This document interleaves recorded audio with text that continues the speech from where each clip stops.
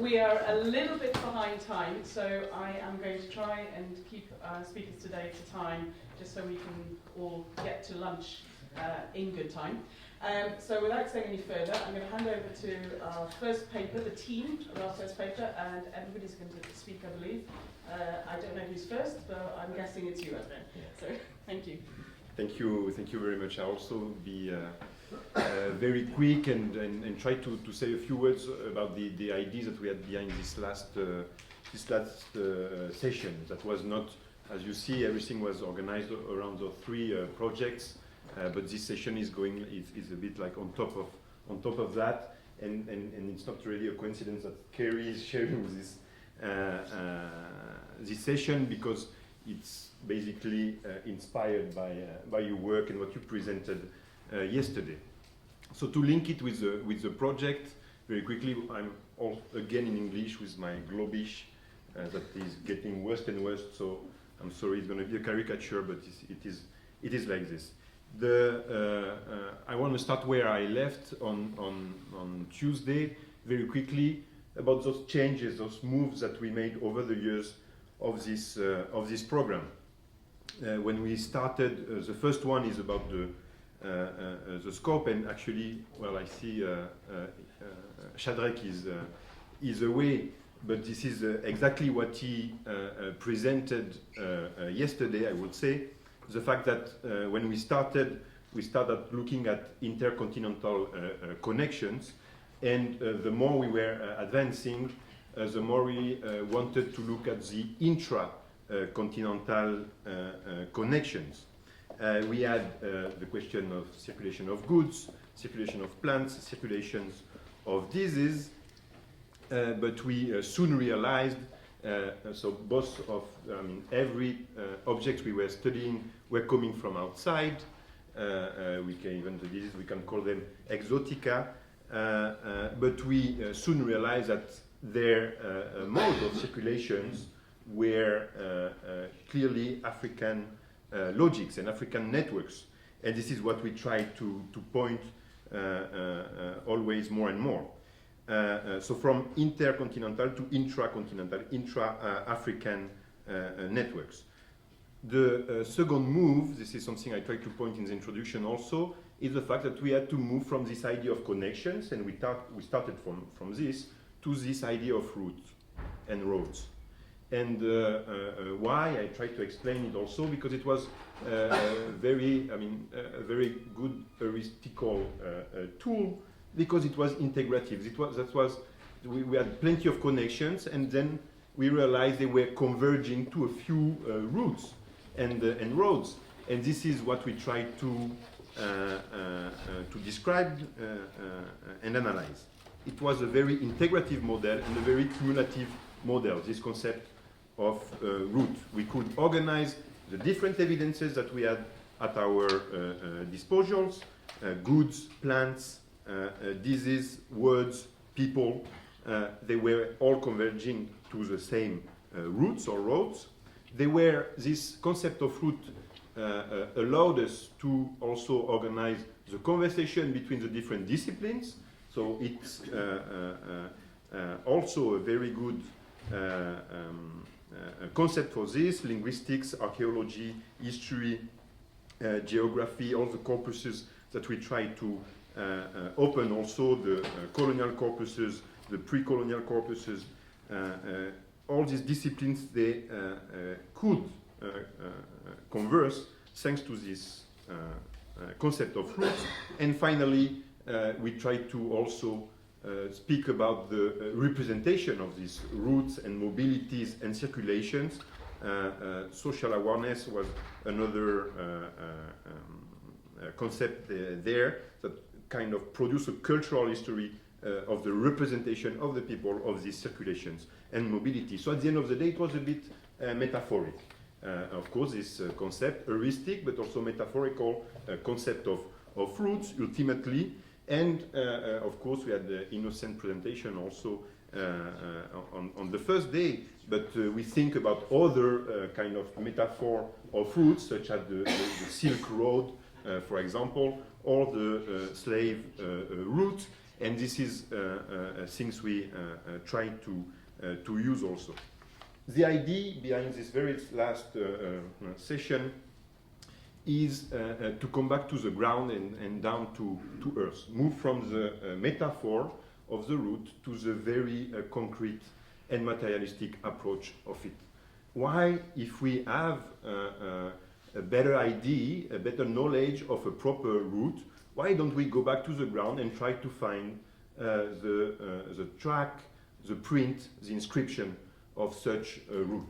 So we just heard this fantastic insight by Stefan and the Amazonia. So we didn't find a route that was 200 kilometers long and 40 meters large. You'll see what we find now. It's a bit thinner. We didn't. We tried hard, but we say why can't we find in the landscape cette empreinte, this inscription of roads, a trace of the circulation and the mobilities that we have an idea about, but we have no concrete archive of it. We had a fantastic kind of enlargement of the idea of root thanks to anthropology, and you quoted yesterday Tim in Gold again. So it makes the things, it complexifies, it completes the concept. We have the idea of knots, of dynamics, of fluidity, all of this. And then now, what about a proper archaeological project and protocol approach to this very root? Can we find a trace of these roots? We have in the archaeology, of course, very good examples. I just mentioned the Amazonia. I'm afraid, won't be able to find something similar. We had the famous Roman roads network that is in the literature for decades, of course. We have in South America the Inca road system, very famous also, but we have nothing, absolutely nothing similar for medieval Africa. And why can't we start something a bit similar? What we try to start here, I'm afraid you'll see just a first try. The key question will be, of course, compared to the anthropology, the anthropological project, to have this question of diachrony, of dates. So how do we date those roads? We can see them, and Raphael is going to show that, but how can we date the antiquity of such roads? And that's where maybe some new tools, you mentioned LIDAR, but all around the imagery, maybe new techniques, photogrammetry can help us, and this is what we want to present today. When I said we came back to the ground, we came back to somewhere that it is obvious was across a road that is Sofala. It's been since the beginning of the project. We in 2015 we had the idea of getting there. Absolutely central toponym, especially in the Arabic geographer corpus, very central in many sources, from Baghdad to Palermo in Sicily and Lisbon. I'm completely convinced. So where is Sofala? Well, we don't have the map. It's going to come right now.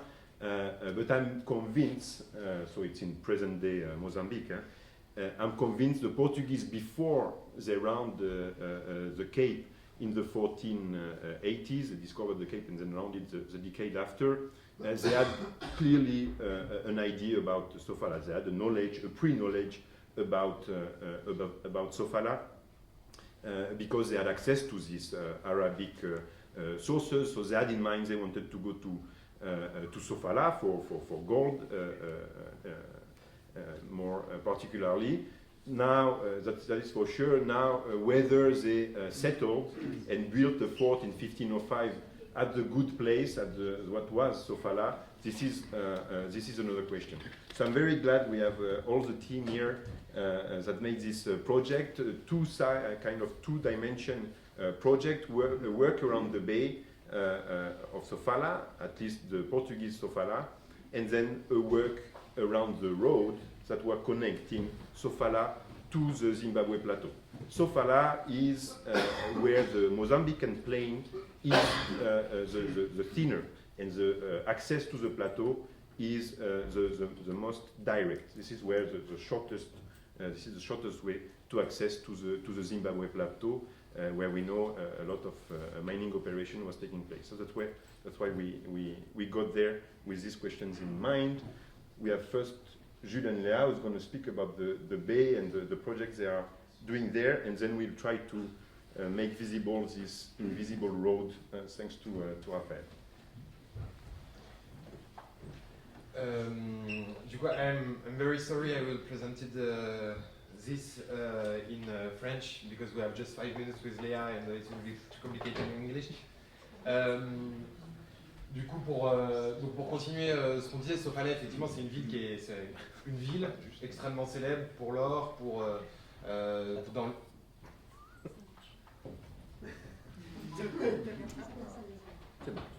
avant, après, un peu après. Voilà. Donc voilà, Sofala, c'est une ville qui est extrêmement célèbre dans l'imaginaire du commerce de l'océan Indien, et pourtant c'est une ville dont on ne sait pas grand-chose, et d'ailleurs c'est certainement pas une ville.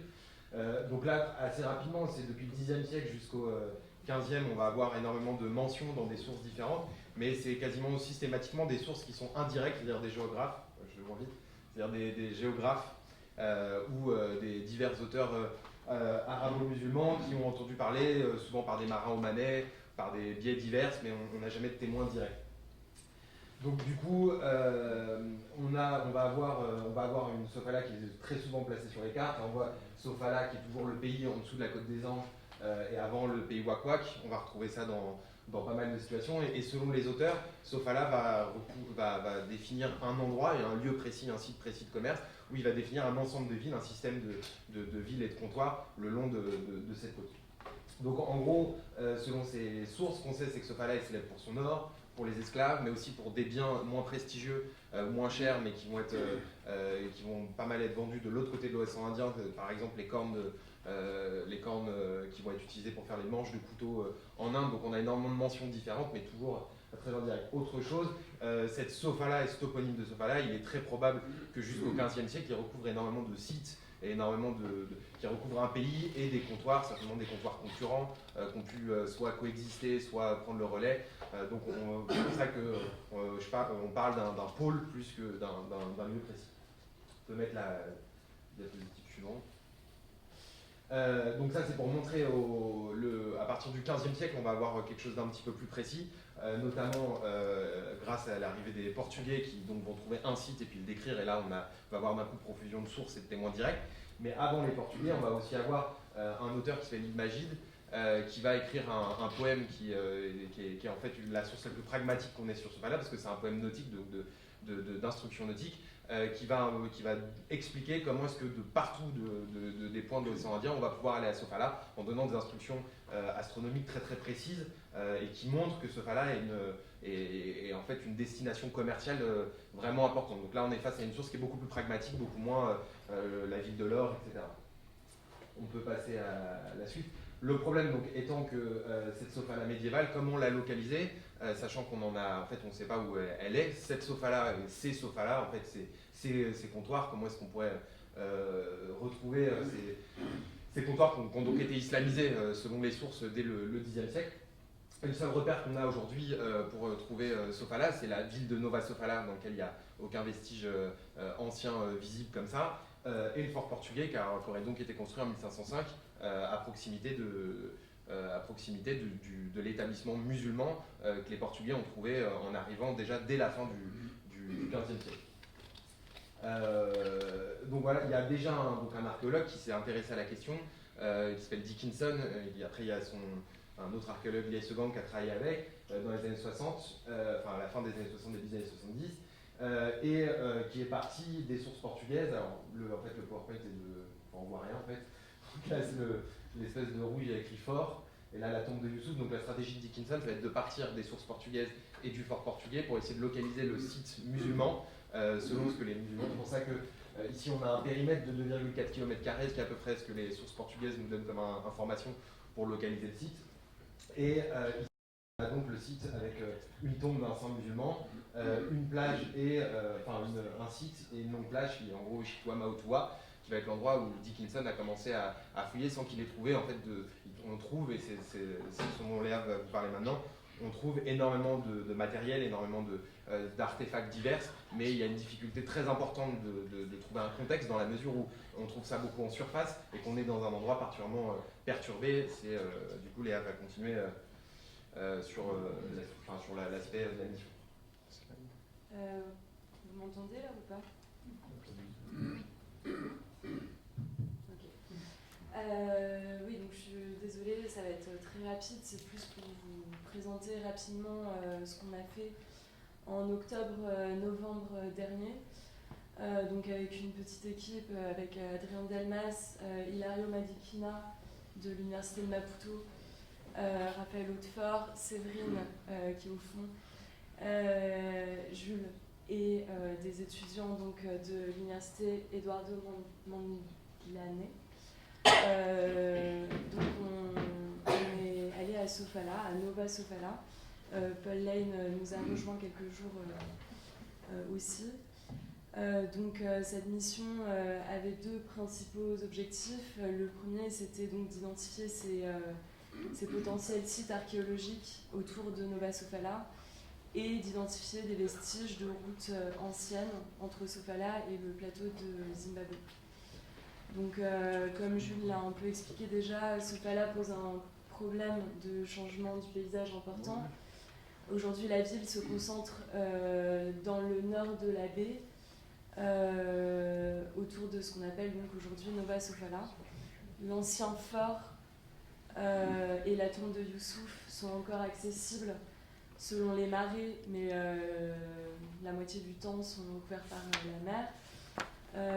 Donc on a commencé à prospecter dans cette zone où Dickinson avait déjà travaillé, donc autour de Chitua Matua Creek.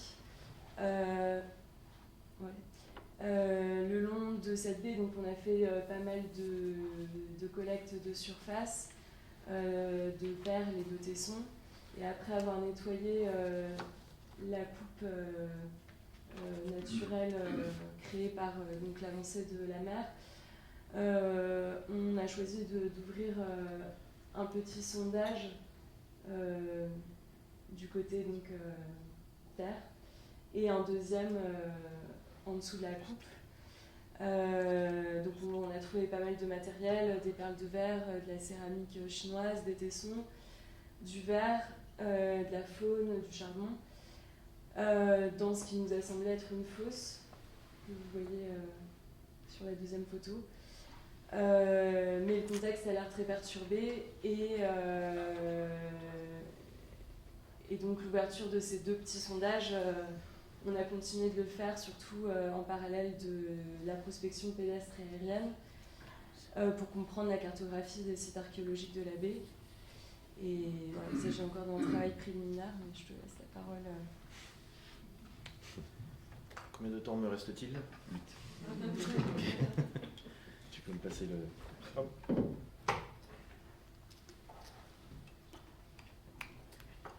Raphaël is the eyes of the mission. Je crois que je vais parler sans micro.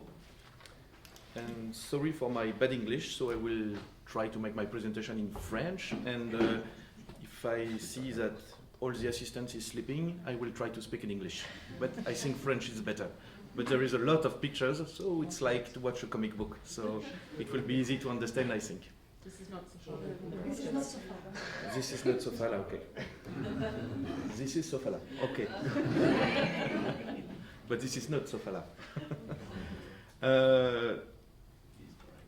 On parle d'établir un protocole ici pour documenter les routes et rendre visibles et matérialiser ces routes au-delà des sources qui existent, au-delà des sources traditionnelles, historiques, que l'on peut trouver dans la littérature et que l'on peut trouver dans l'archéologie.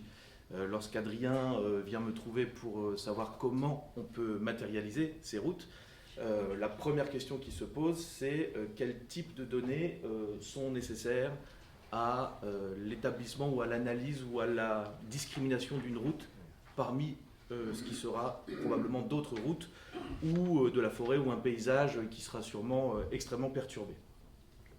Donc pour ça, ce qui s'impose un peu naturellement et les outils avec lesquels tout le monde aujourd'hui travaille, c'est l'imagerie aérienne. Quand bien même elle est ancestrale, la photographie aérienne peut parfois être très utile et je dois vivre dans le passé puisque c'est un peu de ça dont on va parler aujourd'hui. Et surtout des nouvelles possibilités offertes par l'imagerie aérienne, les systèmes d'information géographique. Et quand on couple ces informations, finalement un faisceau de preuves tout à fait indirectes peuvent devenir extrêmement pertinents. Donc Google, oui, c'est un très très bon point de départ puisque, comme on l'a vu sur l'image précédente et comme on le voit ici, eh bien c'est déjà une première manière d'appréhender ce que sont les routes. Comment est-ce qu'elles sont disposées? Quelles sont leurs orientations? Existe-t-il des réseaux principaux, des réseaux secondaires? Sont-ils visibles? À quel niveau? À quelle résolution? Il s'agit donc déjà d'un premier point dont on ne se passe pas et dont on ne se passera pas et on le verra à la fin. Mais pour l'instant, on va essayer de travailler, nous, pour répondre à notre question, de rendre visible ce qui n'est pas visible, et c'était bien la question d'Adrien. On va essayer de fabriquer nos propres données. Pour ça, on va utiliser ce que l'on voit beaucoup sur les chantiers archéologiques, et utiliser une technologie et une technique que l'on voit beaucoup sur les sites archéologiques, mais que finalement, on exploite assez peu en termes de potentiel. Je veux parler des drones. Les drones ont évidemment cette capacité à produire de l'image aérienne moderne, et pas antique, et l'utilisation qu'il est possible d'en faire est extrêmement proche de ce qu'on peut obtenir avec un lidar, avec de l'imagerie lidar, à savoir que le lidar va nous donner un nuage de points. Ce nuage de points va être filtré pour voir uniquement les niveaux de points qui correspondent au sol, pas à la végétation, pas au bâtiment, et ainsi on aura une lecture extrêmement fine à la fois de la topographie, mais surtout des anomalies topographiques et micro-topographiques. Or, il s'agit bien ici, pour retrouver des routes ou des traces de routes, de travailler sur la micro-topographie. Les traces laissées par des éventuels passages et qui sont aujourd'hui probablement recouverts. Existe-t-il une anomalie de surface qui persiste après l'utilisation d'une route qui aurait été abandonnée? Pour ça, on va utiliser la photogrammétrie et la corrélation épipolaire dense, plus exactement, à ses limites, c'est-à-dire qu'on va scanner la zone concernée. Ici, il s'agit du bush de Chisingwane, pardon. Et c'est la photo qu'on a vue tout à l'heure sur Google, et on va voir si on peut en fait en tirer quelque chose de plus pertinent.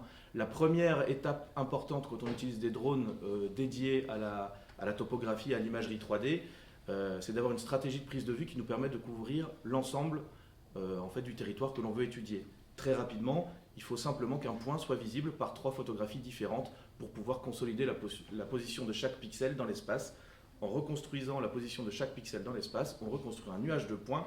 Ça s'appelle de la télédétection passive, ce qui est tout à fait analogue à la télédétection active, qui elle envoie un laser, mesure le temps de voyage du laser, récupère l'écho et nous dit voilà, il est à telle distance de moi. On fait exactement la même chose ici, mais au lieu de l'avoir en lecture directe, il va falloir le traiter pour obtenir le résultat escompté.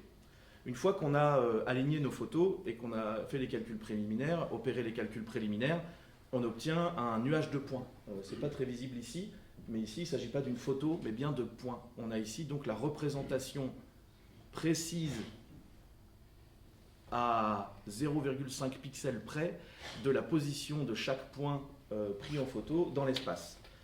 Là où on est un petit peu embêté, c'est qu'effectivement on a de la végétation et nous ce qu'on cherche c'est avoir l'invisible, donc on veut voir ce qu'il y a sous la végétation en l'occurrence. Existe-t-il un réseau qui serait éventuellement non visible? Un traitement qui est opérée aussi sur les méthodes LIDAR, c'est la classification de points par altitude, par couleur, par bande spectrale. Ici, l'altitude, simplement, on va éliminer la végétation haute et on va pouvoir retirer de ces premiers traitements à la fois une orthophotographie, donc qui est la vision haute définition de ce qu'on a vu tout à l'heure sur Google.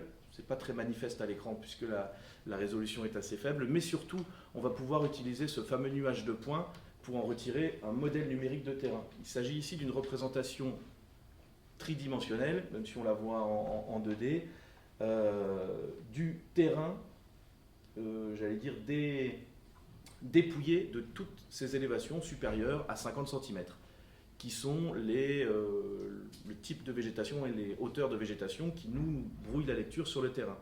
Alors évidemment, comme ça, c'est pas forcément très parlant. Et la résolution, vous excuserez la résolution, donc je vais vous expliquer un petit peu ce qu'on voit. On voit apparaître une première route, une première voie centrale qu'on analyse très bien et dont l'anomalie topographique est suffisamment évidente et visible pour venir corroborer l'idée que c'est une route. Et je peux vous dire que c'est une route, c'est la route qu'on a prise pour se rendre sur le site. Donc effectivement, on la voit apparaître clairement, mais on voit aussi apparaître très clairement un réseau secondaire qui quitte cette route principale pour aller alimenter ces zones d'habitation, de culture ou d'exploitation, quelles qu'elles soient. Ce que l'on va voir apparaître et qui est tout à fait nouveau par rapport à ce que nous amène l'imagerie traditionnelle et l'imagerie basse définition aérienne que l'on peut trouver gratuitement sur Google, c'est que dans notre modèle numérique d'élévation, on voit ici une anomalie microtopographique qui n'est pas visible sur les photos et qui est entièrement recouverte de végétation. Donc, s'agissant de rendre visible éventuellement quelque chose qui ne l'est pas, on est en tout cas à un niveau de pertinence qui nous permet de dire que cette méthode permet de mettre en évidence l'utilisation de routes. Évidemment, on n'a pas la possibilité de dater ces routes et le travail sur le terrain reste nécessaire et obligatoire pour aller valider ce type d'hypothèse. Mais on va revenir rapidement. Donc on voit qu'en fait c'est probablement une utilisation détournée où la voie de communication a simplement été détournée par un quelconque événement. On ne peut donc absolument pas dire de quoi il s'agit, si ce n'est qu'il s'agit du même type de route, du même type de trace. On peut évidemment observer la direction qui est tout à fait la même. Si on revient rapidement sur l'image aérienne, on voit bien que cette route n'est pas visible du tout. On a donc une information nouvelle qui apparaît et on peut produire cette nouvelle information à partir de matériel qui est tout à fait 2 minutes, me dit-on, qui est tout à fait accessible, qu'on peut amener sur le terrain. Et ce sont des résultats que l'on peut déjà obtenir sur le terrain. Donc s'agissant de mettre en évidence l'existence de routes, il s'agit aussi de méthodes qu'on peut utiliser de manière extrêmement rapide, avoir des résultats rapides et qui sont des outils d'aide à la décision pour les prospections. Je fais très vite et on va changer d'échelle cette fois-ci. Est-ce que je peux t'interrompre une minute, une seconde, juste parce que j'avais prévu d'introduire cette chose-là, mais ce sera vraiment 30 secondes. C'est qu'on a eu, pour la voie qui mène de Sofala au plateau du Zimbabwe, qui est la voie la plus directe, on avait 3 portes d'entrée pour essayer de les localiser.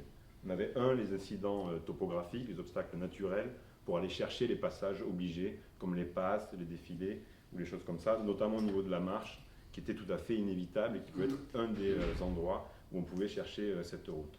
La deuxième, et c'est pour ça qu'il y a tout ce travail là-dessus, c'était tout au long de cette plaine mozambicaine, c'est le bush. On a en fait, contrairement, et on est parti d'un article des années 60 de Balzan qui avait essayé de remonter cette route, on n'a pas du tout une route unidirectionnelle qui nous mène directement de Sofala au plateau du Zimbabwe, même si c'est la route la plus courte. On a un maillage, on a un tissu de routes multidirectionnelles qui va dans tous les sens. Et la question, c'est de savoir, est-ce qu'on pouvait, de ce maillage, extraire des linéarités qui sont, voilà le maillage, est-ce qu'il y a des linéarités unidirectionnelles dans ce cas-là qui permettraient de nous faire penser que c'est des routes de longue distance? Parce que sinon, on n'a que plutôt un peu le modèle de Christeler, le géographe, on a plutôt des nids d'abeilles, mais est-ce qu'il n'y a pas une linéarité qui traverse ce maillage dense? Et ensuite, il y a une troisième hypothèse, et c'est là que tu finis, qui est une très belle hypothèse, qui est l'hypothèse des baobabs, et qui vient de Raphaël. Alors, elle vient pas tout à fait de moi, elle vient de la prospection terrain, et on parlait tout à l'heure des sources. Une des sources importantes, évidemment, pour la prospection, c'est la tradition orale, les histoires, les légendes. Nous nous rendons sur les grands sites connus, notamment un site, donc le site de Chibouéné.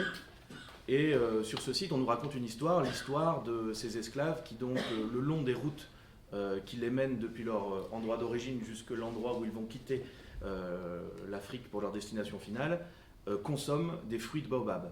Les baobabs ont une répartition relativement faible, une densité relativement faible, et on nous dit que le long de ces routes, justement, des esclaves, on pouvait retrouver une densité de baobab absolument faramineuse et tout à fait exceptionnelle. Alors on décide de se rendre sur un autre point dont on sait qu'il est un point de passage, qui est le site de Manikéni, et dont on a la certitude qu'il est une des étapes de ce voyage. Et l'idée est donc de voir si on peut observer des baobabs le long de cette route. Grâce à l'imagerie traditionnelle, l'imagerie gratuite, et là nous allons revenir à Google, de changer d'échelle et de passer à une échelle bien plus grande. Tout simplement, j'ai pris mes sites de Manikéni, de Chibouéné, une image Google en fond, et j'ai demandé à mon logiciel de SIG de reconnaître la même signature spectrale que la signature spectrale que j'avais pu observer sur l'image du drone, en faisant une requête qui est encore une fois tout à fait limitée compte tenu du fait qu'on n'est pas là en imagerie multispectrale ni hyperspectrale, mais simplement basée sur la réflectance dans le spectre rouge-vert-bleu. La requête a donné le résultat ici. Donc tous les petits points verts sont des baobabs et des concentrations de baobabs. Alors, beaucoup d'informations, pas beaucoup d'informations. On voit qu'effectivement, on a une zone anormalement concentrée le long de cette voie que j'ai tracée. On voit aussi qu'il y a une voie qui part vers le sud depuis Manikéni, qui là malheureusement est coupée, et qui est en fait la route qui suit la route moderne, ou à peu près moderne. En l'occurrence, ce qui nous paraît tout à fait fondamental, et je parlais tout à l'heure de croiser des données, les baobabs ont 3 grandes périodes de vie. Une première période de vie qui va les mener jusqu'à 50 ans, une deuxième à peu près jusqu'à 150, et après 150. Bon, je peux dire merci. Donc les baobabs peuvent devenir éventuellement des marqueurs de ces routes, et en tout cas on sait où les chercher. Et...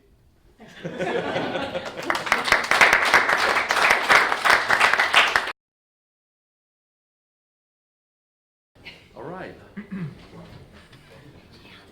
So here I am again now discussing about roots, which is another project which I'm starting, and I'm going to throw at you a number of ideas, and then I'm going to flee away to catch my train so that I do not have to answer all your questions. Yes, very clever indeed. All right, so.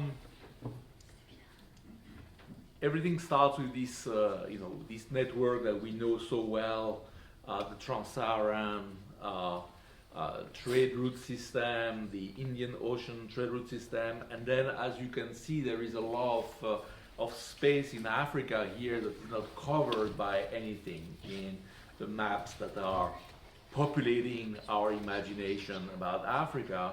Not only that, but there is also many problems actually with many of these maps. If we look in details at some of the toponyms that are kind of parts of these maps, we see that there is a lot of debates among archaeologists about the place of these settlements in these networks. So actually, we really have a kind of a problem with our sources. We do not have so many sources about them. What we know is that at the edge of the southern edge of the Sahara, we have a number of brokering centers, all right? And if they are brokering centers, it means that they must be connected with something else that actually evolved in the remaining of the landscape, but we do not have much information about that.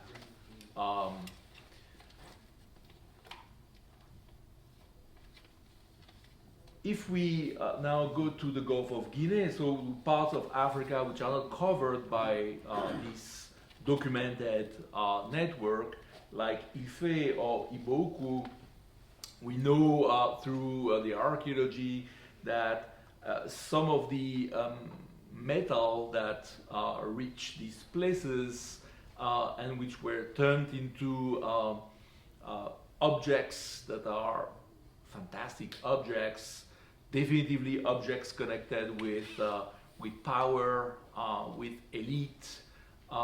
We know that some of this material definitively was not local, although there is part of the Iboku material that might come from Abakaliki, but there is also probably other source of copper that actually end up into these places, and therefore there is a question of how this metal eventually get there, at least for the part that is not locally sourced.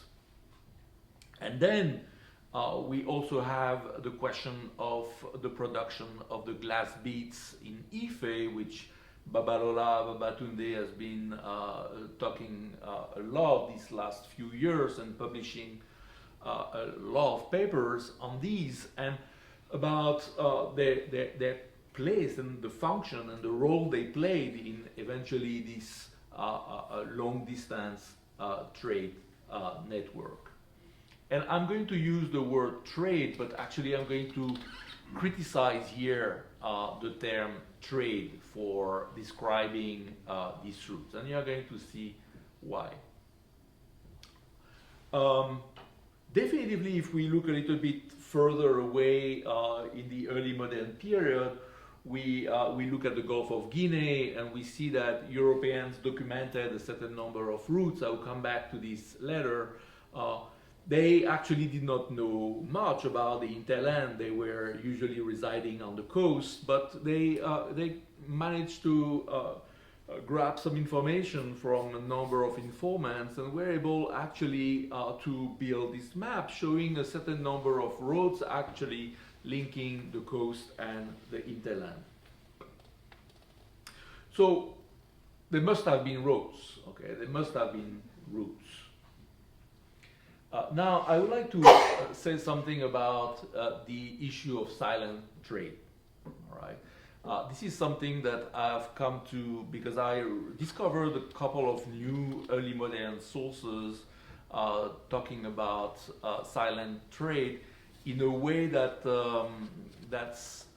was very pragmatic, in a way that pushed me to actually reconsider the literature and the hypothesis about the nature of silent trade. As I said, if we have brokering centers on one part, it means that there is definitively something else south of these brokering centers, but there is no much documentation. And one of the reasons why there is no much documentation is that there is, it seems, a kind of a break, a rift, maybe in the way goods circulated. It was maybe no more really trade. It was something else, and therefore there is this kind of break in the continuity of the information about these trade routes. And this break has generated a discourse about silent trade. And I've become interested in thinking about the meaning of silent trade and taking silent trade seriously. There is a huge literature on silent trade, not only in Africa, but also in Europe and in North America. And silent trade seems to be popping up a little bit everywhere. And there is, especially the Germans have developed a lot of theory about silent trade in early Europe, the Iron Age and the Bronze Age in Europe. So there is a lot of literature we can read about Africa. It's a long time actually. We've not really discussed much about silent trade. I think the last one was Moraes. I think de Moraes, who wrote this article in the 1970s, presenting silent trade eventually as a myth.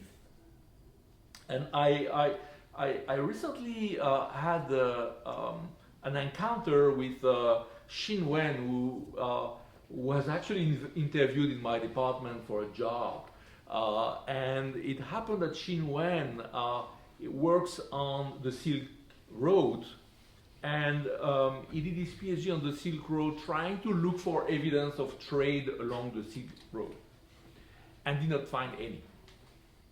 There is no documentation of trade along the Silk Road for the period he was looking at, and therefore he came to the conclusion that actually goods did not circulate along the Silk Road through what we would call trade, but that goods were circulating rather along some kind of diplomatic networks. And I'm talking about prestige goods here, right?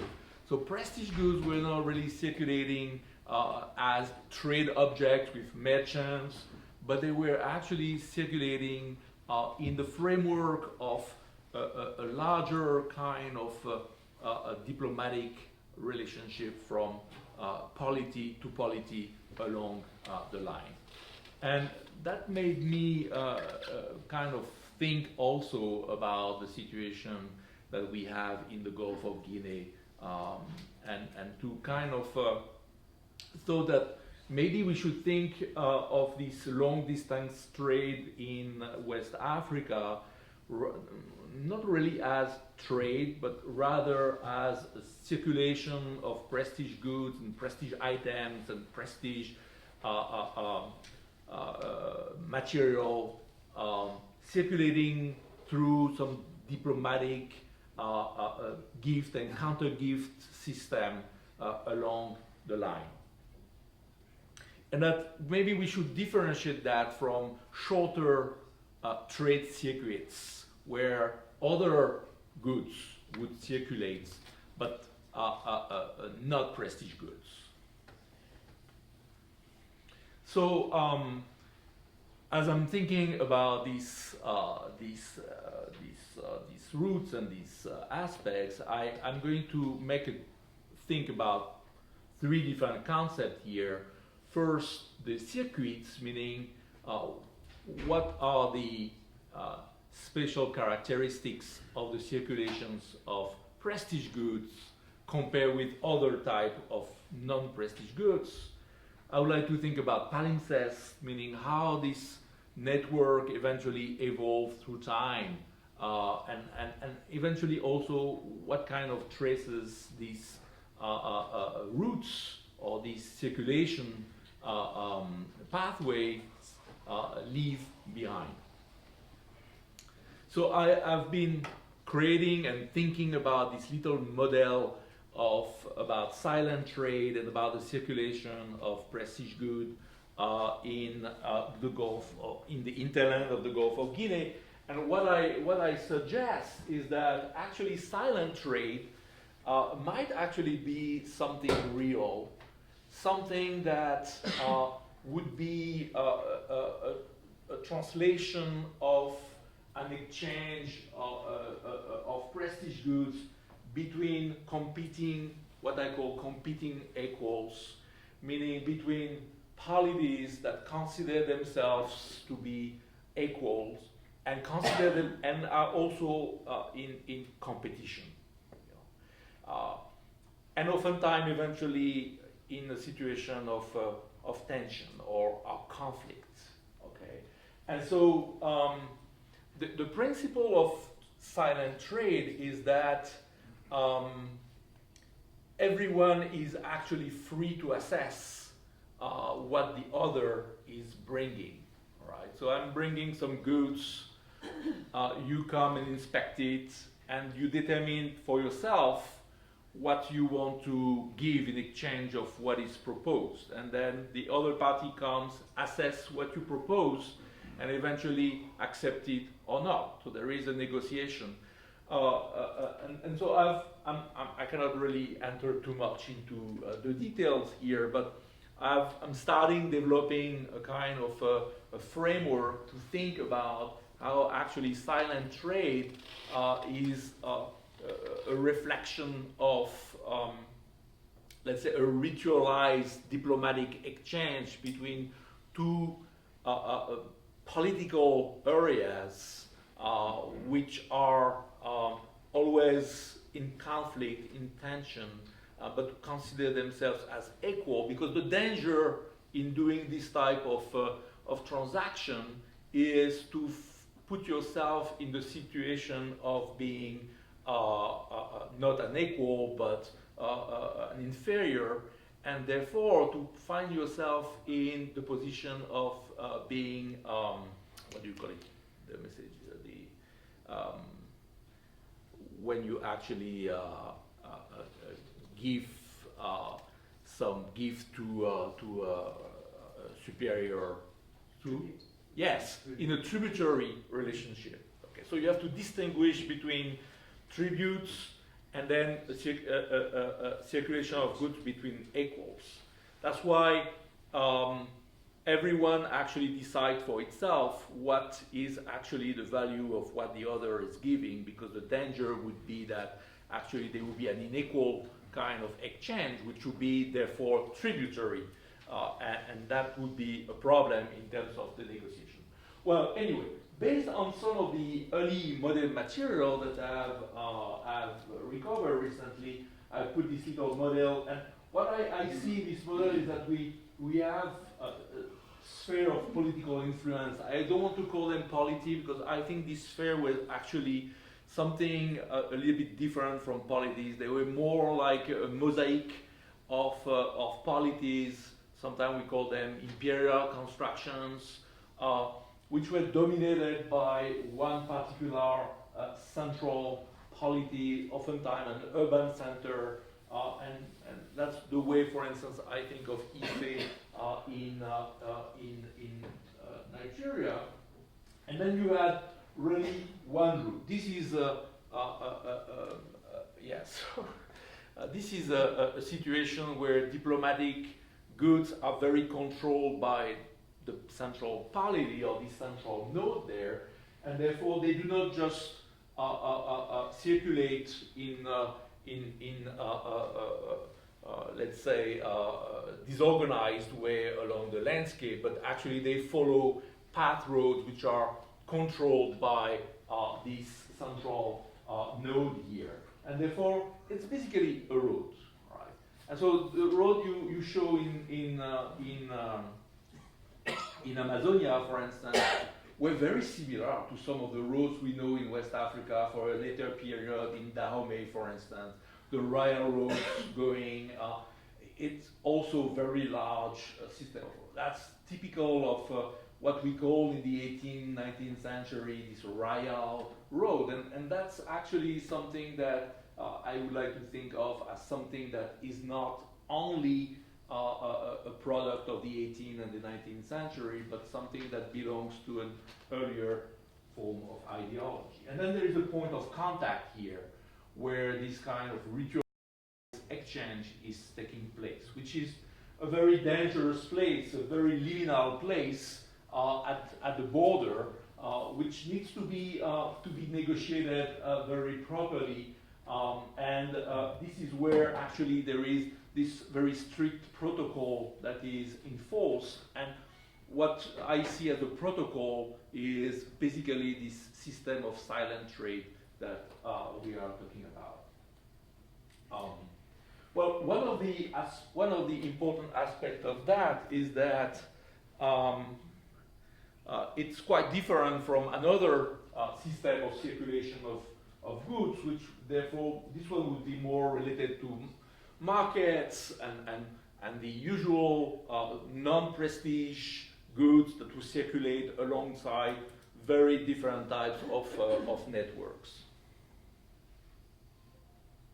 What is interesting is to put this in perspective, and especially to connect it to the theory of the change in settlement patterns in the 14th century. What I see before the 14th century, I see fairly large political zones that functions like that, and maybe from these brokering centers in the Sahara to the Gulf of Guinea, maybe not so many zones, 2, 3. It's difficult to say, but probably very large kind of federation of polities that come together with a center of power, a center of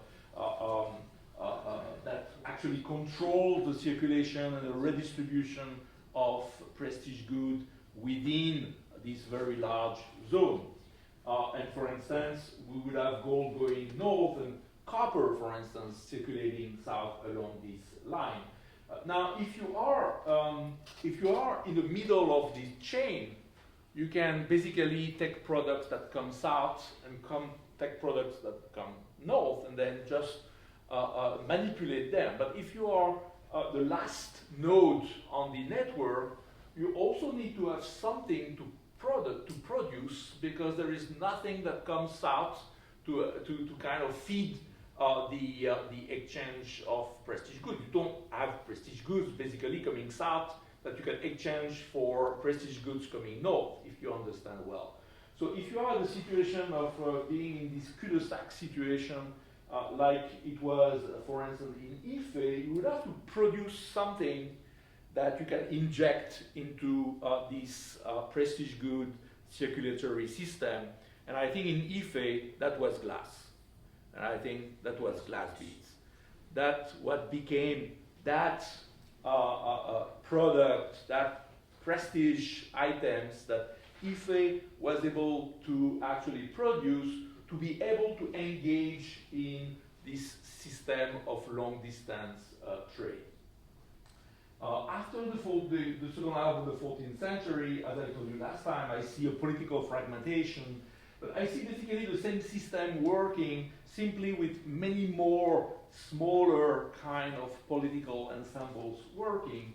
And then there is a transformation after the opening of the Atlantic, because now polities that were at the very bottom of the chain becomes frontliners. There's a new frontier, a massive amount of copper becomes available to them, which now they are going to redistribute north, okay? And gold is going to come south. So it's a system that I'm trying to have 0.5 minutes left. You missed two. Oh, sorry. Okay, so I'm trying to build up a kind of a chronological perspective, and this model really, it's not a model that we can apply everywhere, but I think it's a model that works quite well for the Gulf of Guinea, and in the Gold Coast in particular. Silent trade is something that remained documented and remained talked about until the mid-17th century. After that, it disappears. And I think the reason why it disappears is that there is a drastic change in the nature of exchange going on in the from the mid-17th century and then becoming very important in the 18th century, which is kind of the collapse in the wealth in people and the kind of building of an economy based on the accumulation of Atlantic goods, rather. And that's why people becomes enslavable and people start entering in mass into the trade system as slaves. So 0 minutes about the tangibility, the tangible aspect of these routes. We are working in Djebu with this very large earthwork, which basically is a ditch and bank system that was serving as a boundary for a polity, one of these polity that emerged by the end of the 14th century, 15th century. And we have a LIDAR project, which, if everything goes well, could be funded in the 3 years to come. And we can see already, actually, in the landscape, some depressions that look like what pathways could be. So there is a chance, actually, to see some of this material in the landscape. Here, for instance, is an entry point in an earthwork. So there was never any built bridge across these earthworks. The bridges that exist were built much later when the the meaning of the earthworks were lost in the 18th, 19th century. But during that early period, actually, there were probably some kind of bridge that could be removed quite quickly eventually, or could be this type of vegetal structures. Yeah, I'm going to stop here, but just to say that roots, there is also an important, I think, spiritual aspect to the governance of these roots. You understand that if we have some roots controlled by some kind of political power and that we are dealing with prestige goods, we are also definitively dealing with some control of spiritual power here.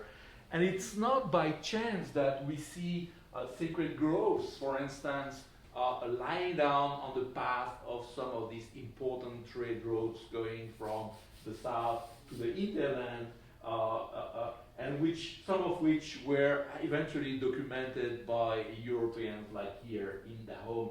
All right. So this, I've been writing about these sacred groves as place of social control and places where truth was eventually produced, and I think they played a very important way in regulating the circulation and governing the circulation of trade goods and people along these roads. And I'm going to stop there. I'm sorry, and thank you for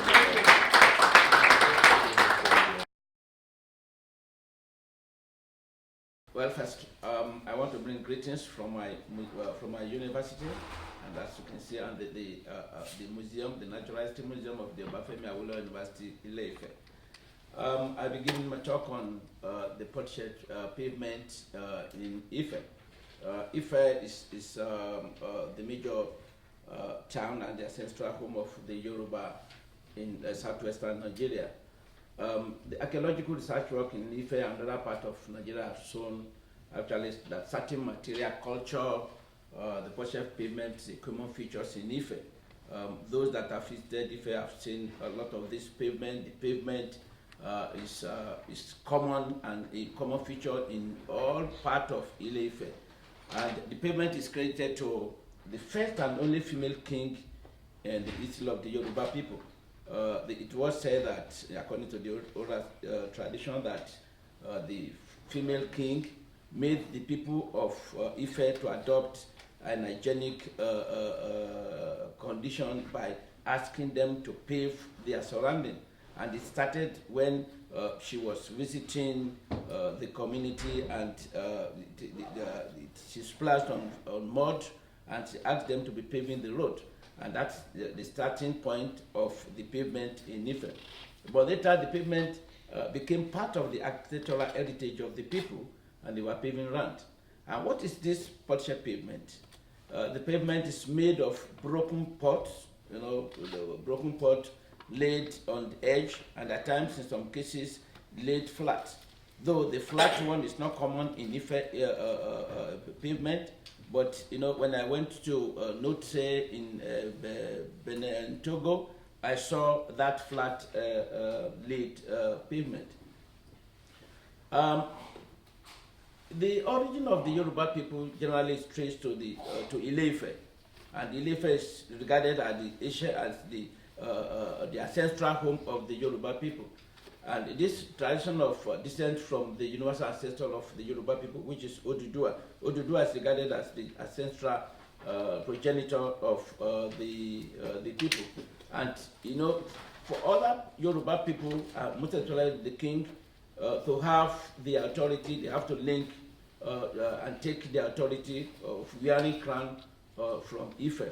The period between 12th and 19th century marked the change in the history of the Yoruba people, and this was the period most of the towns and cities began to develop and spring up, and as a result of moving away from Ife, as we've been discussing, either as a result of a plague which we are trying to establish now, and most importantly, according to the oral tradition, that in the Yoruba tradition, if you have to contest for the kingship, and if you lose, the idea is that you have to leave the town, and in most cases, you have to live with your supporters. So in that sense, they started moving away from Ife and establishing new kingdom, new cities, new town. And when we are leaving the place, they have to go with their culture. And that is the beginning of the establishment of this potsherd pavement in a series of Yoruba towns. This is the identified towns and cities and villages where this potsherd pavement that have been identified. You know, I've identified this pavement in almost 50 Yoruba towns, and even as far as Benin Republic and Togo, and the town not say in Togo, where we have this pavement. In an attempt to understand the movement and elucidate the fact of pattern of movement and the extent of the frontier Yoruba archaeology, focus on archaeology of Yoruba land was shifted from the known archaeological site in Ife.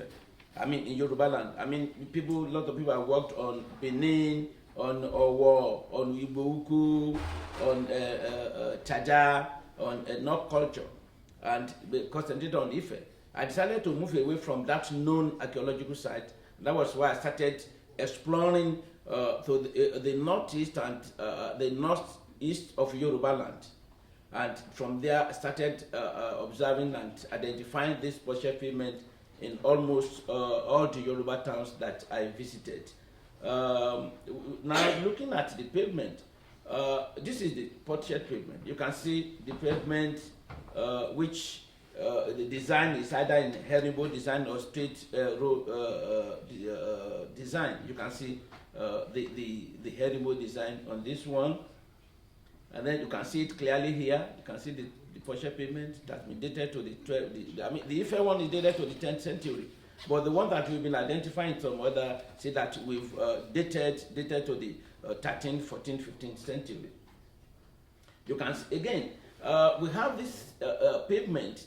The original one started with only potsherds, but at a point they started using the line of stone with potsherds. In fact, at times you have to say, in a place I came across the pavement made from the fragment of the crucible used in making beads in Ife. Like I said, the potsherd is made of broken shielded in edges, most of them in herringbone design, and according to the oral tradition, the pathway of the courtyards of the king were paved in those days. Again, I mean, you can see this is the straight row design of the pavement. You can see this design just on a straight row. Yes, we want to look at the possible route of the migration from Ife, how the pavement moved away from Ife. And you can see mostly it moved towards the east of Ife. This is Ife towards the east and to the north east of Yoruba land. I mean, the entire area is the Yoruba land. You can see the movement to the Owo, to all these sides. And then now look, see the movement, the route from Ife to Ketu in Benin Republic and to Atakpame and Notse in Togo. Interestingly, when I visited Togo, the people of Notse claimed their ancestry to Ife. So one will now look at how this movement, how they move, just like what Gerard was trying to put across, that this long distance movement.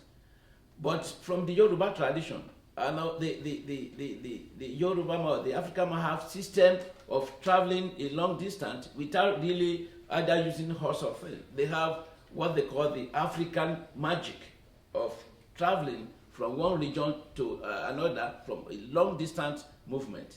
And I want to see the way the pavement have been moving from Ife to some of this region. Several historical and archaeological works on this ancient ceramic exist, and those that dealt with attributes of the cosmology of ceramic objects. And according to the article that I wrote in 2001, Darogun Okundino in 2002, Agbaje William in 2001, while the methods of as attribute analysis are important, the conclusion drawn from the result cannot be complete unless otherwise complemented with other methods. And that was why we started to analyze these shells from the pavement using geochemical analysis. And we tried to analyze the shells from these different sites outside Ife. Interestingly, the analysis shown that the material content of most of these ceramics from other sites are similar to that of Ife.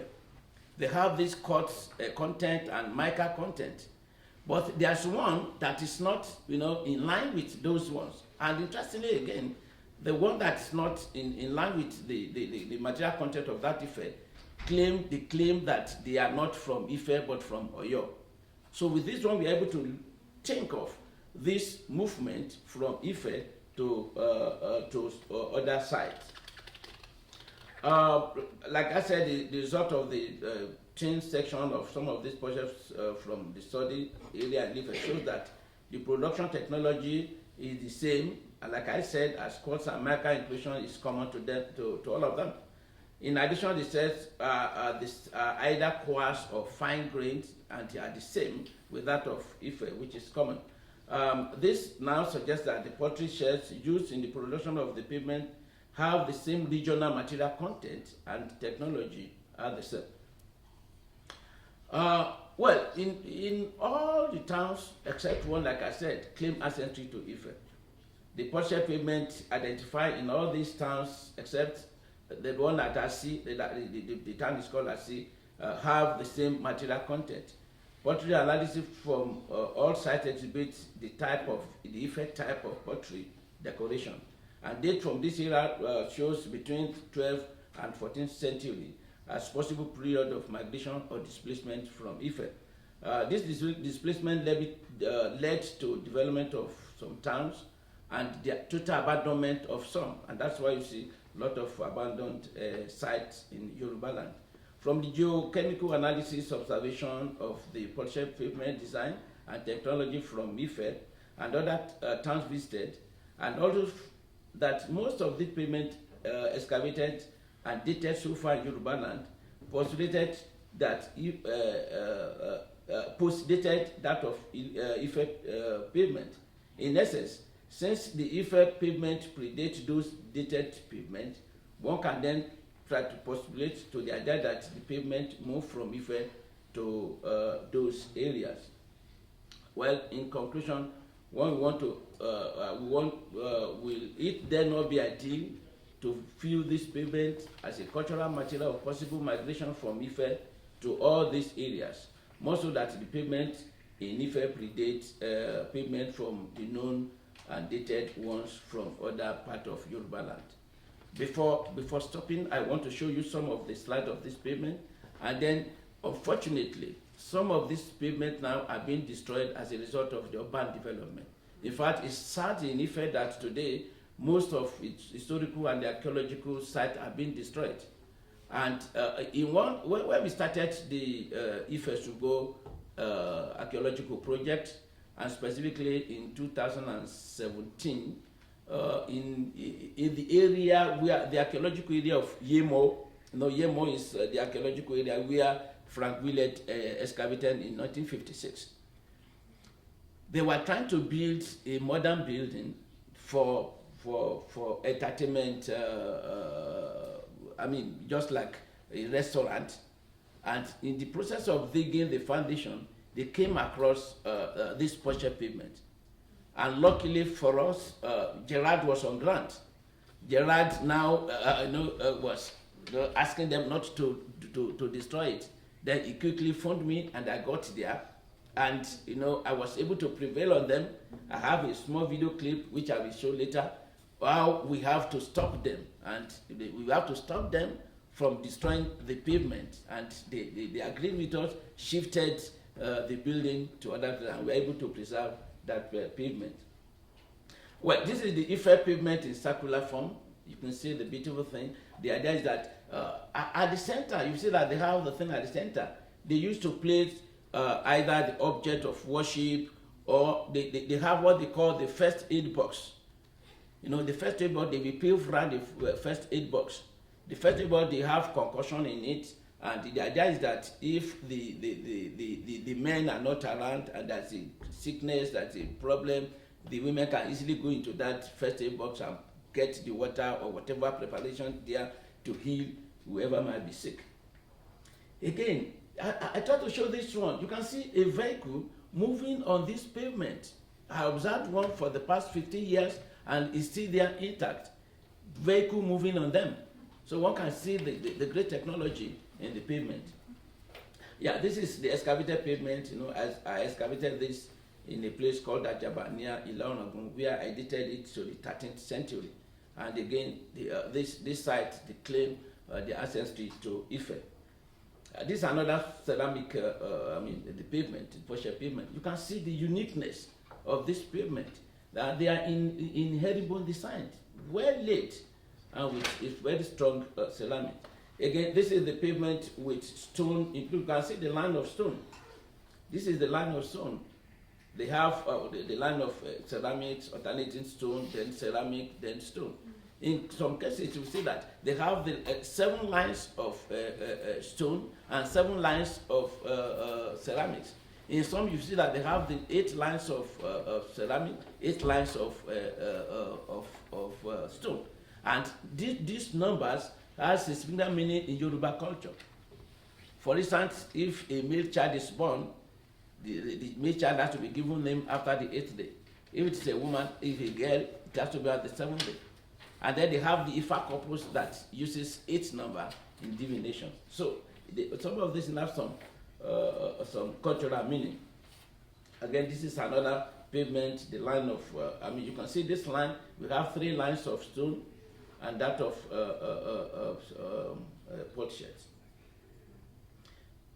This is another pavement that was identified and excavated at a place called Ilagiji in Yoruba land. Again, this is another one. You can see a bit the line of stone, like I said, stone with ceramics. Ceramics here, stone here. Unfortunately, this happens to be the first pavement site outside identified. Unfortunately, at the period, I think around 2006, I was away outside Nigeria, and before I came back, the place has been destroyed. You will see what we have there now. This is, a building that stands there now. In fact, when I came back, I was almost crying when I saw it. And what is the building for? You can see it, gas station. Gas station. It's just lucky that I've documented it. And this is part of the problem we have in archaeology of Yoruba land or Nigeria generally. Well, this is the video clips of how we rescued. I don't know if they'll be able to hear it. Yes, this is Describe. this is myself, trying to appeal to the youth that we have to preserve this pavement. I think Leah was there or June. Yes, they were there. Yeah, Leah and June were there when we were trying to prevail on them. So I was prevailing on them to stop the pavement, explaining the importance of this pavement. And this is part of what I've been trying to do in archaeology of Ife. Once I see people where they are doing construction, I have to go there, identify, and look at the place there's any archaeological material, because we are losing a lot of evidences, most especially in Ife, because there's no way you enter in Ife without coming across any archaeological material, ancient materials. But unfortunately, because of the urban development, the town is developing rapidly, and we are losing them. So this is, you can see the pavement here. After digging for about 50 cm, you can see the pavement, the line of the pavement. So I have to prevail on them that they should not. So the contractor, I have to appeal to the contractor. This is the contractor, and they have to shift the foundation of the building to some other parts. So that's how I was able to save this one. So I want to appreciate my university of Bafema University, the First Ngbo archaeological projects, most especially Generation, and the people of the visited sites, the Globe Africa, IFRA, CNRL, and my students and staff of the Natural History Museum of the Obafemi University, Ife, Nigeria. Thank you so much.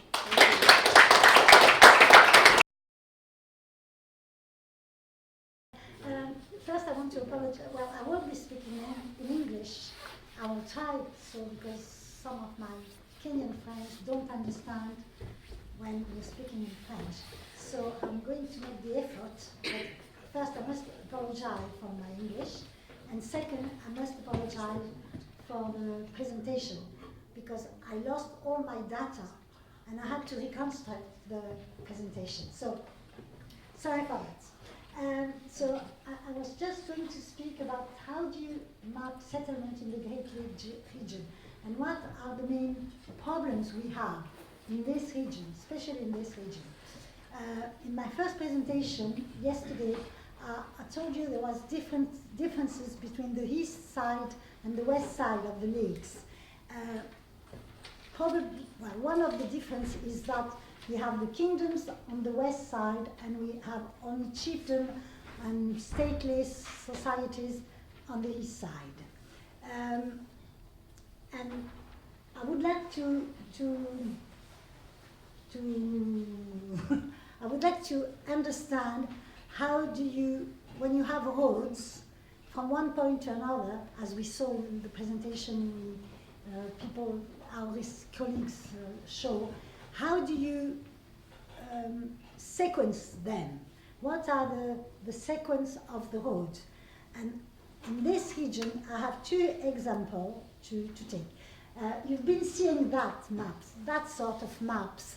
This is the settlements, the moving of the people in Kenya. So you've been seeing that, but what are the inscription in French in the landscape of this movement, of these roads, especially in archaeology, I would like to say.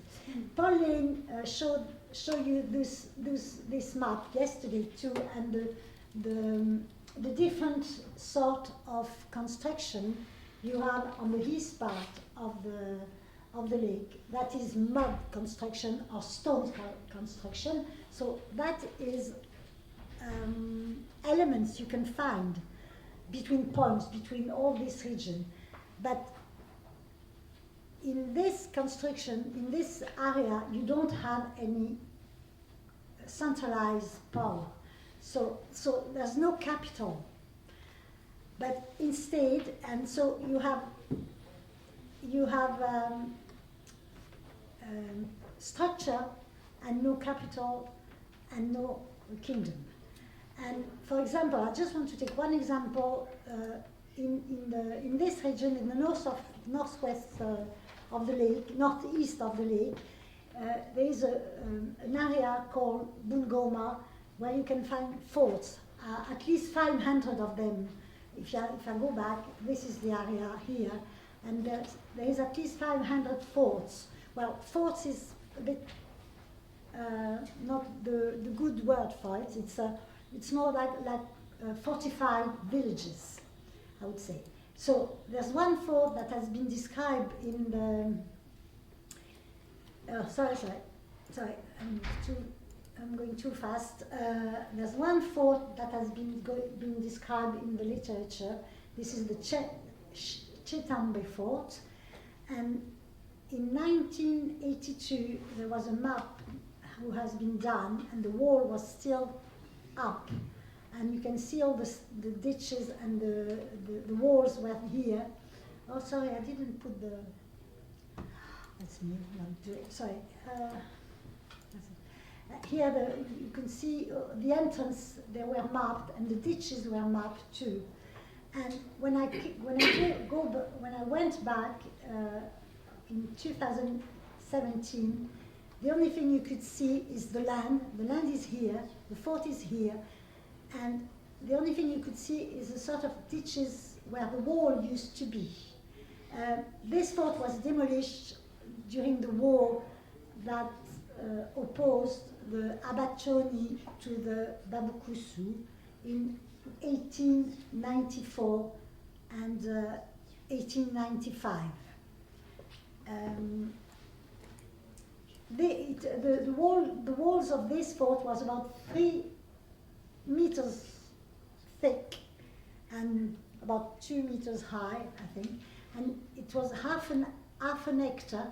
This is half an hectare, so more than 200 people used to live in that fort, and not even 50 years after this map was done, you don't have anything. Well, you do have things, you have ditches, but this is the only thing you can see in the landscape.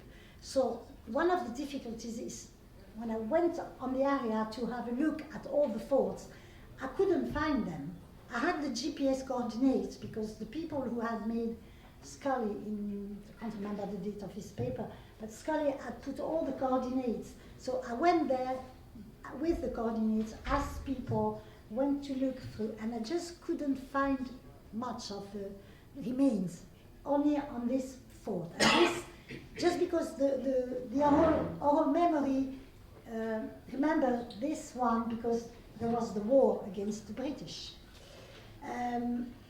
Now, very quickly, this is on the east side, and what I would like to show you now is what happened on the west side of the lake. This will be Burundi and Uganda, for example. This is the landscape you can see in Burundi. So as you can see, it's all over the place, it's cultivated. So the difficulty will be to find remains of settlements in this landscape. So I choose to focus on 2 main things. The capitals, because there was capitals in Uganda and Burundi and Rwanda, and there was also tombs, of course, but king's tombs. So I can show you there the different sort of tombs we have. The first 2 here, this one and this one, this is the Kasubi tomb in Uganda. It's been remade, I mean, it's rebuilt. And this is the Wamala tomb in Uganda. So you can see on the landscape. And those one on the bottom are tombs in Burundi. The tombs in Burundi is only an association of sort of trees, of different plants. So the difficulty to map them as a marker is you have to have the association. Or as you know, in all the places, people need wood to make fire. And sometimes they are just destroyed because people want to take the woods. Another thing about the west side is that the capitals of the kings, they are moving places, they're changing hills.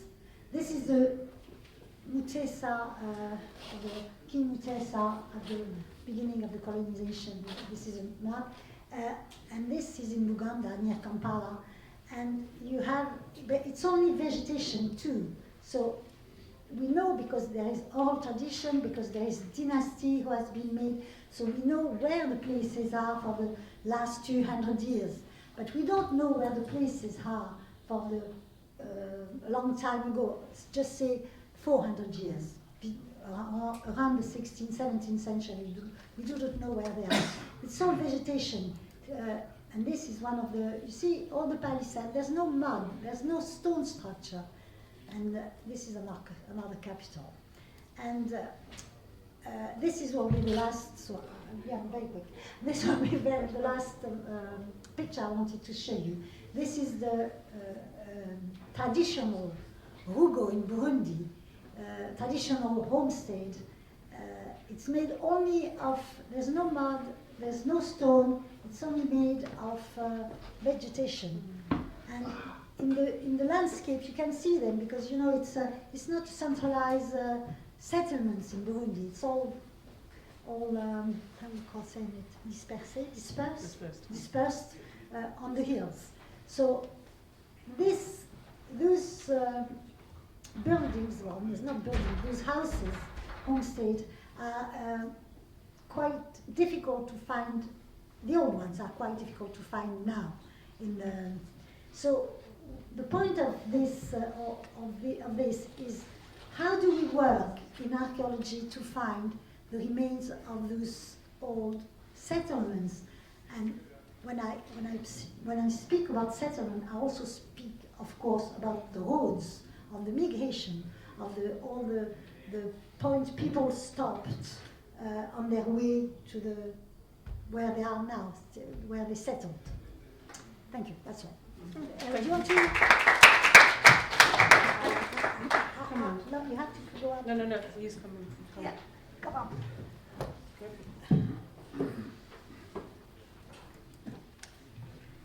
Thank you.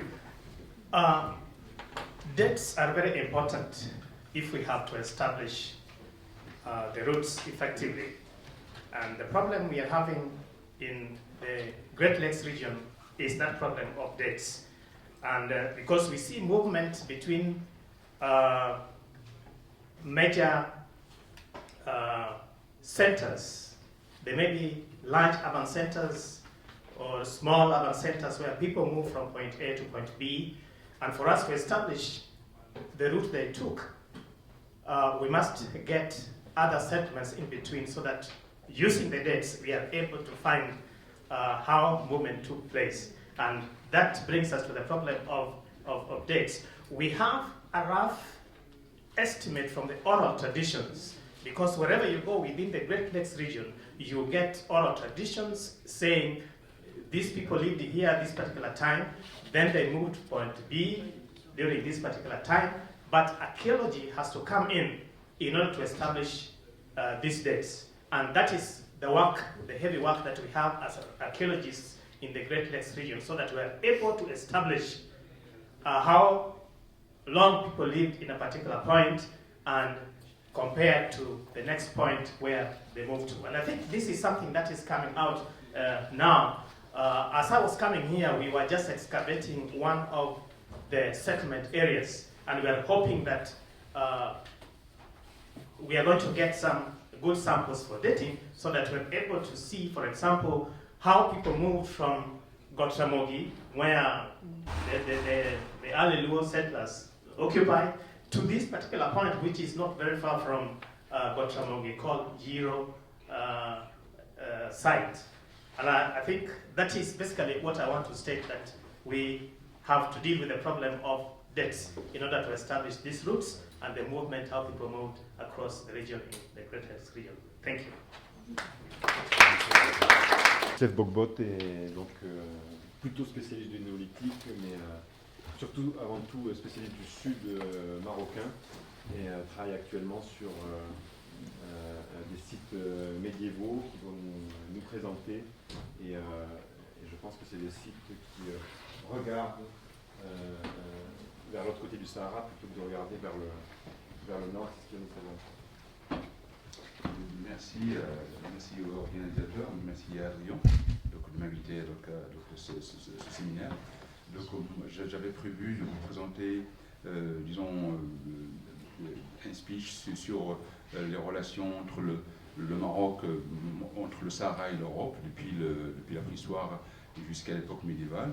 Mais comme donc le ton nous presse, donc je vais essayer de me limiter à la partie médiévale. Donc je vais passer outre la partie néolithique et provisoire, malgré que ce soit vraiment très important, puisque disons à partir de l'âge du cuivre, donc 3000 d'ici, donc il y a un début de relation commerciale entre le Maroc et l'Europe, ce qui fait que le destin du Maroc va un petit peu s'éloigner du Sahara pour plus s'engager vers des relations étroites avec l'Europe.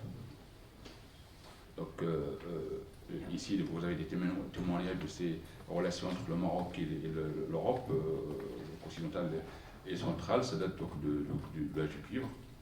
J'en ai parlé avant-hier, je pense, justement sur l'apport du Maroc à la civilisation. Donc de plus en plus on penche que le Maroc a eu un apport, disons, important. Il n'était pas un simple consommateur des produits venus d'Europe. Il y a eu donc un échange de produits entre les deux rives. Donc je passe très très vite. J'arrive à la partie médiévale. Donc, comme Adrien m'a présenté, je ne m'occupe pas uniquement de la préhistoire, mais il m'arrive de développer donc, des programmes donc, sur le médiéval. Pourquoi? Parce que je suis un des rares spécialistes qui s'intéresse au sud du Maroc. La majorité des archéologues préfèrent travailler dans le nord, et donc moi, surtout axé vers le sud. Et donc, par la force des choses, dans le sud, il y a du préhistorique, il y a du protohistorique, il y a aussi du médiéval. Et donc, le Maroc, comme vous le savez, donc, à l'époque islamique, il était un grand centre de passage donc, de ces caravanes transsahariennes. Je reviens justement ici à cette image pour que vous voyez donc, les circuits. Donc, il y a donc une route, disons, orientale qui relie Sidi Massa au Mali, Talmeka et Gao, une deuxième qui relie Tamdoult, Taraza, Tombouctou, et une troisième Tamdoult, Aoudaros, et une route atlantique qui relie Noulemta à Aoulir. Donc, et je travaille sur 3 sites justement du commerce caravanier, Noulemta, excusez-moi, donc Noulemta, ici, donc sur la route côtière, Tamdoult qui relie à Daros, et il y a un projet qui va bientôt commencer donc, cette année avec l'université de l'ESSE, avec David Mattingly. Donc on va fouiller aussi une ville du commerce caravanier, la ville de Zagora ou la ville de Lara. Donc, mais sur les 3, il y a uniquement Tamdoult. On a commencé Tamdoult, le travail de Tamdoult, c'est récent. C'est juste 2 années qu'on travaille. Donc, mon partenaire, c'est Sam Nixon, donc, de East Anglia, qui a fouillé Talmeka et Souk. Donc, Tamdoult, il est très connu dans les écrits donc des géographes et historiens arabes comme étant un centre métallurgique. Donc là, vous voyez donc, les sondages qu'on a initiés cette année. Donc c'est tout récent, les fouilles. Donc, sur l'image en bas, vous voyez une structure métallurgique avec beaucoup de scories et des objets métalliques. Nous avons trouvé donc, toute la chaîne opératoire justement de la métallurgie, donc des scories, donc lingots de cuivre et lingots d'argent. Donc toute la chaîne opératoire donc, justement de la production des monnaies, donc, en passant par les moules qui ont servi de poids pour justement pour la fabrication de monnaies, et vous avez donc, ici donc, ce qu'on appelle les glass coin whites, donc c'est des pesants qui servent justement à calibrer donc, le poids des monnaies. Et en bas, vous voyez donc, des monnaies qui remontent au 11e, 12e siècle, c'est les dynasties almoravides et almohades.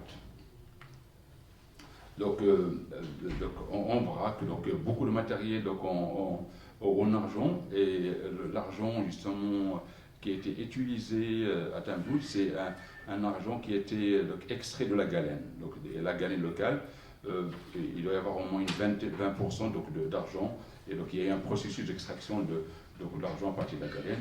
Et ici, vous voyez donc les perles justement trouvées dans le site. On a eu la chance de tomber sur ce fragment de céramique en 2017. Donc c'est une céramique décorée à la cordelette qui n'est pas normalement courante au Maroc. Et donc on a pensé qu'il pourrait s'agir d'un apport justement qui est venu d'Afrique de l'Ouest, avec justement le trafic des esclaves. Tamboul, donc bien sûr, c'est une ville citée à l'époque médiévale, mais on soupçonne qu'il y a là un substrat pré-islamique. Et là, vous voyez une forteresse pré-islamique à quelques 3-4 km de la ville de Tamboul. Et on croit qu'il y a sous la ville de Tamboul des substrats pré-islamiques. Et une dizaine de kilomètres, vous voyez donc cette belle nécropole donc pré-islamiques et proto-historiques, avec des monuments qui font 300-400 mètres dans la gare. Le deuxième site sur lequel je travaillais, donc avec un collègue espagnol, donc c'est une université, voilà, je passerai vite, c'est Nolenta. Donc là, je défile un petit peu les images pour avoir une idée de Nolenta. C'est une grande ville du métropole du commerce caravanier, avec des témoignages de présence donc, des éléments venant de la Méditerranée. Ici, vous voyez donc, la porcelaine qui vient de la Méditerranée, notamment donc, de Génois en Italie. Et en bas, c'est la céramique locale. Le dernier site sur lequel je travaille, c'est à Gauss, qui est cité par Lyon l'Africain, qui a séjourné une semaine et qui parle d'une ville qui est composée d'au moins trois foyers canons. Donc c'est vraiment une grande ville. Et sur l'image satellitaire, vous allez voir donc, la ville actuelle à côté des jardins. Ce que les gens croyaient comme étant des jardins, c'était en fait donc des murs de casse-barre affûtés. Voilà, ici, nos fouilles à Tagaos ont démontré que les murs des jardins sont bel et bien disons des murs de grande casse-barre de la ville. Le prochain site qu'on va commencer à attaquer avec l'équipe de la SSA, de la ville Matiglis, c'est la forteresse de Zagora. Ici, vous voyez en image satellitaire, il y a deux forteresses, une forteresse haute et une forteresse basse. Ici, vous voyez une image, donc la forteresse basse, qui est très bien conservée. Par contre, la forteresse haute, il a été altérée par des extractions, disons, de pierre. Voilà, donc j'ai été très très bref, voilà, merci.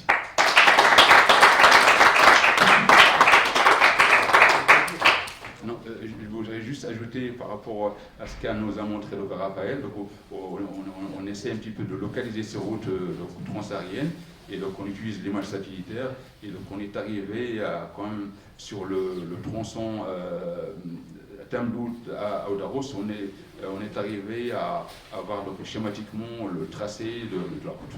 Voilà. Merci.